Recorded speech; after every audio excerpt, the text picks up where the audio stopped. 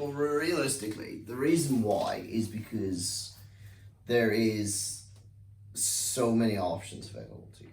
Hyperdeductive reasoning, in formulating a hypothesis to determine direction of treatment intervention, is purely based to give you a idea of starting point and an anchor point to your clinical reasoning. Like,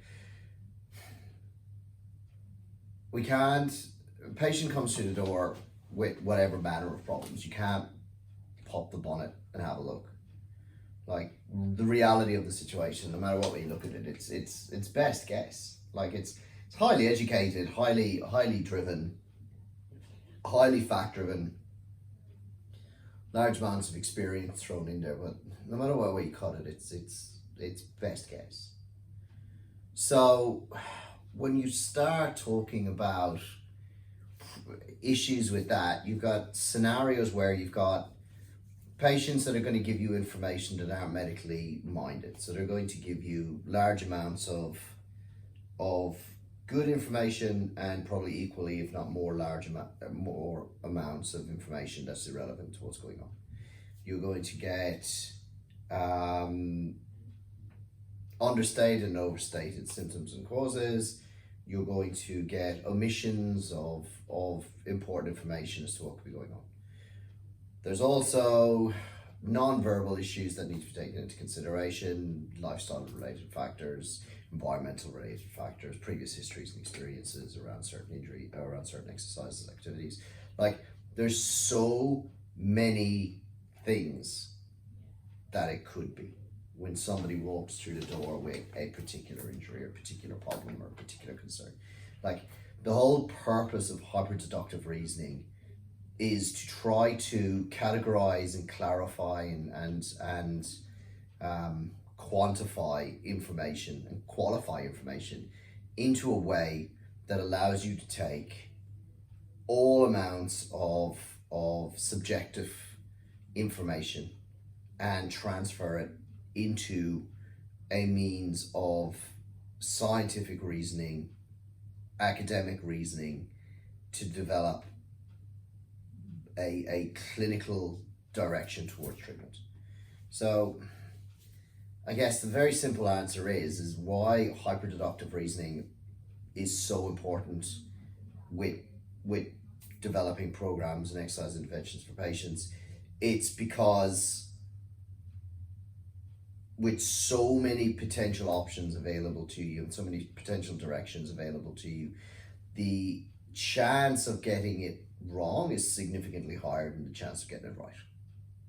So what we need to do as clinicians is we need to have a starting point or an anchor point whereby we can form a structured clinical reason as to why we performed a particular program. And by doing so, it allows us to continuously assess our work and to critically assess our programming to determine the success rate against patients. So sometimes, especially in early stage, there's a couple of things to think about. So sometimes in early stage injuries and early stage problems, you get a decline before you get a progression. So you may find that if you're dealing with chronic injuries whereby you're addressing global movement dysfunctional problems as a result of previous acute traumatic injuries 2-3 years previously, something like that, what you're going to have is you're going to have to break down through the layers of dysfunction to get to the root cause of the problem to fix it.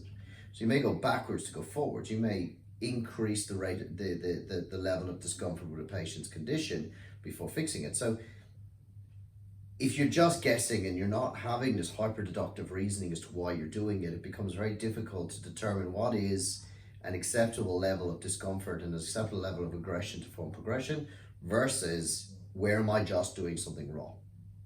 So with that, what we've got to do is we've got to be able to critically analyze our work continuously and have the ability to refer it back to what we already acknowledge and accept as academically sound principle.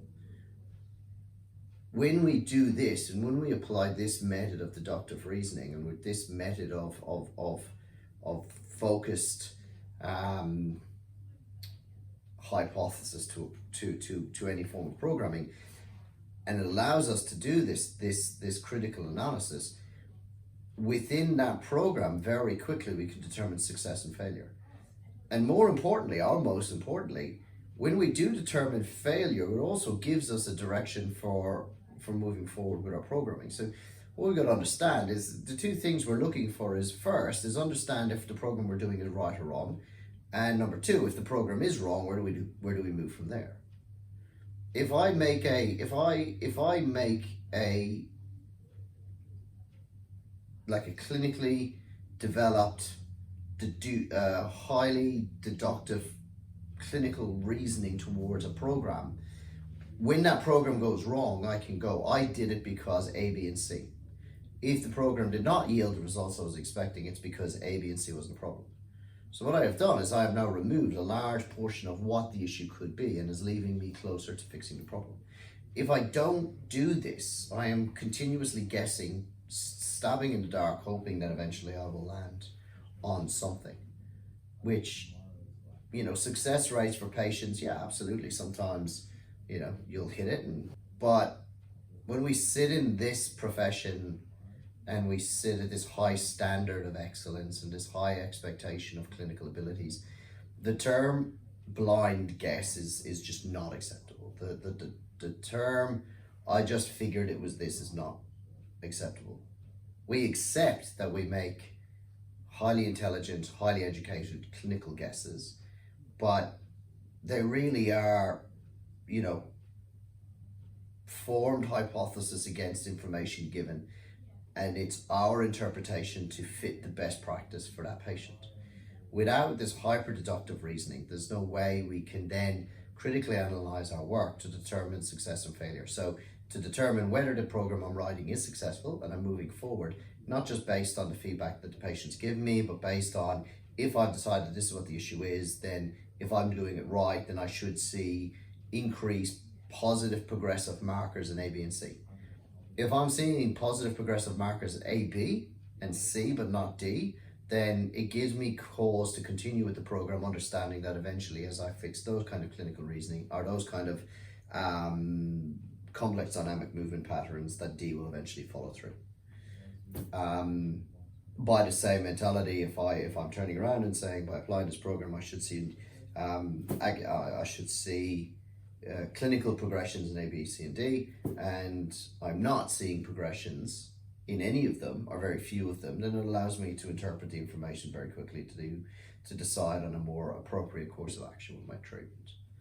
But everything comes back to that, like the programming, the exercise selections, the progressive, the resistances, the intensities, the frequencies, everything cannot be determined until you formulate that clinical hypothesis. And without that clinical hypothesis derived from subjective information, there's no way to determine what we're doing.